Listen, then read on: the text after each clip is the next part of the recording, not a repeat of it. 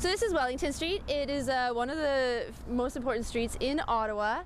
However, to give you a little context, the street actually dates back to 1826. It used to be a community neighborhood similar to the Sparks Street area, which is hard to imagine when you look at it now. The change happened between 1904 and 1938 and was part of a federally commissioned planning study that was aimed at developing Wellington Street into what you see today. This idea of transforming the city of Ottawa into a national capital actually comes up a lot during our tour, and you're going to hear some more examples when we reach Parliament Hill and have the opportunity to look out over some of the neighborhoods to the east of us. Over the years, the Supreme Court has played a vital role in establishing a number of acts and announcing many decisions that directly affect workers across Canada. One theme that has arisen is the issue of equality, as Tom had alluded to. And an example is the Employment Equity Act. In June 1983, a Royal Commission on Equality in Employment was established by the federal government. It was headed by Judge Rosalie Abella, who actually is now a Supreme Court Justice. She was appointed in 2004. So Judge Abella proposed the term employment equity to describe this distinct Canadian process for achieving equality. The term means more than treating persons the same way, but also requires special measures and accommodation of differences. In response to this report, Parliament enacted the first Employment Equity Act in 1986. And following a parliamentary review in 1991, where it was amended to include clear enforcement procedures, royal assent was given in December of 1995. Nevertheless, workers still struggle even today with issues of equality, and in that unions often play a strong role in achieving real gains through the Supreme Court for workers. I'll be talking a lot about the Ottawa River and the work and the living conditions that basically grew from this spot. Human presence in this part of the country, of the continent, goes back thousands of years. To native groups who roamed around here, specifically the Algonquin groups who resided in this area.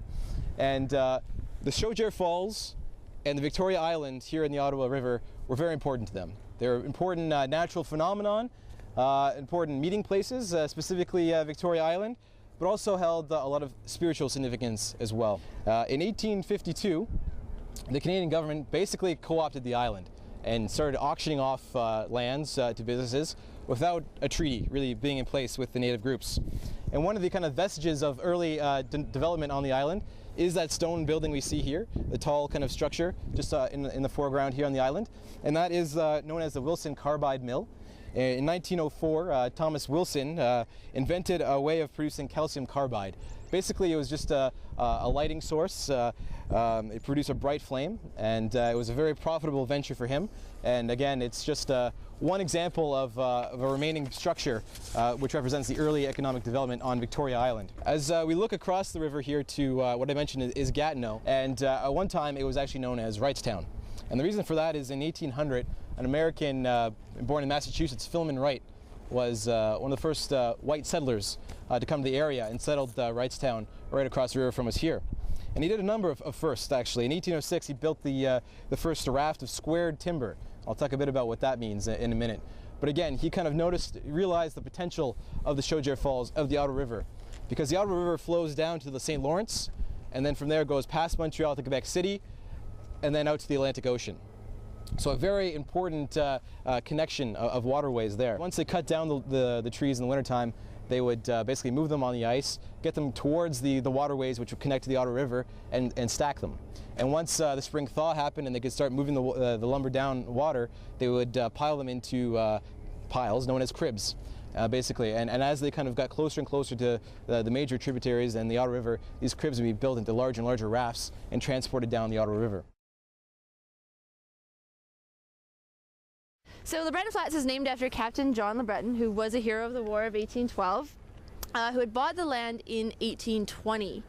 LeBreton Flats actually was one of Ottawa's oldest working class neighborhoods. With the arrival of the sawmill capitalists in the 1850s, the flats also became home to mechanics and laborers that were employed at the mills. And the area developed into a truly multicultural neighborhood. 2/3 of the residents were French Canadian, but it also included Irish, Jewish, and Italian communities in the area. And on April 19th, 1962, the residents received a letter notifying them that the National Capital Commission had expropriated their property and they had to move. To the people who lived there, this meant that they had to pull up their roots and basically leave behind their homes. It was a very quick process. By 1965, only 3 years later, the last building was torn down. And it's important to emphasize, by torn down, they literally sent bulldozers in. It was not a slow process. Families they had to leave quickly. And the community of Le Breton Flats was completely demolished and as part of one of Ottawa's largest urban renewal projects. What's interesting and related to this tour about the Parliament buildings is the worksite was the first instance of actual unionization in Ottawa. As you can imagine, building the Parliament buildings was a big project. It attracted a lot of a big labor force to Ottawa that wasn't there before, and changed a lot of the economics of the city and the social makeup as well. Because of the large rock formation underneath, excavation had to take place, which involved explosives. Now this is pre-dynamite and pre the controlled explosion. So what was used at the time was black powder, which was quite volatile. And so you weren't really sure what kind of explosion you were going to get, if it was going to be small or quite large. So that made this quite a dangerous work site.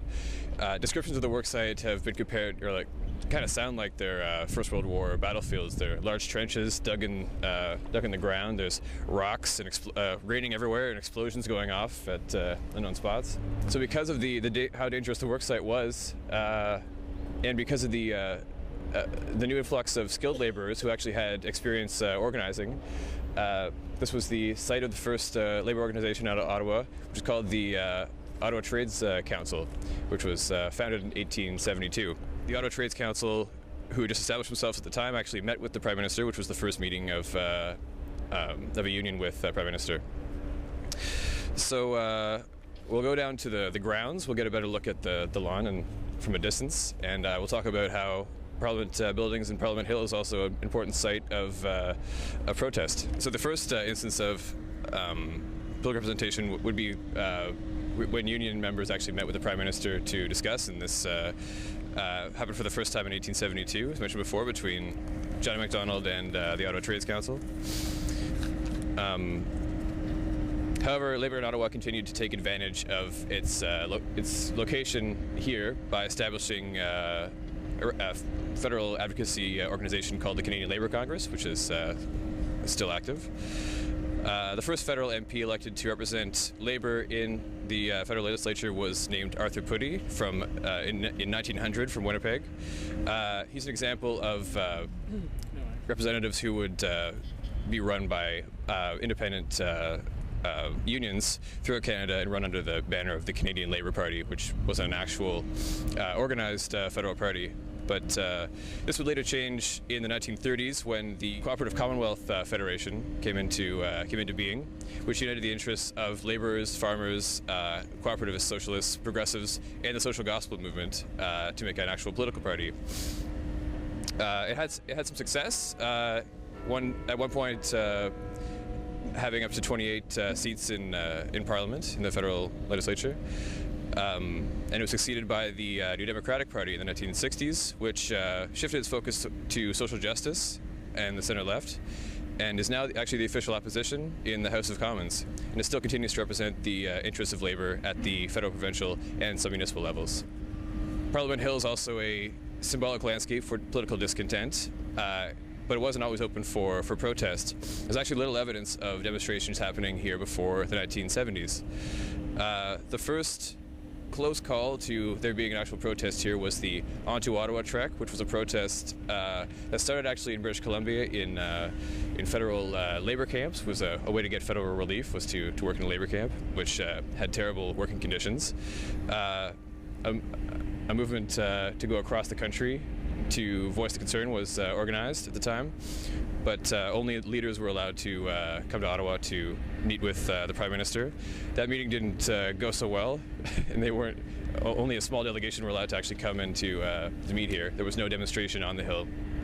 at that time. And finally, public service unionization is the last way in which Parliament Hill is a site of protest. Though public service employees have been organizing themselves since the 1880s, the public service wasn't really allowed to organize until 1967 with the Public Service Relations Act. The current Public Service Alliance of Canada came after the two public service unions, one which represented just Ottawa and the other which represented the rest of the country, decided to merge. And since then they've made substantial gains for public servants in the workplace, and that's spread throughout Canada to, the gains that they've made have spread throughout Canada to as gains for other employees as well. This includes workplace safety, maternity leave, and pay equity.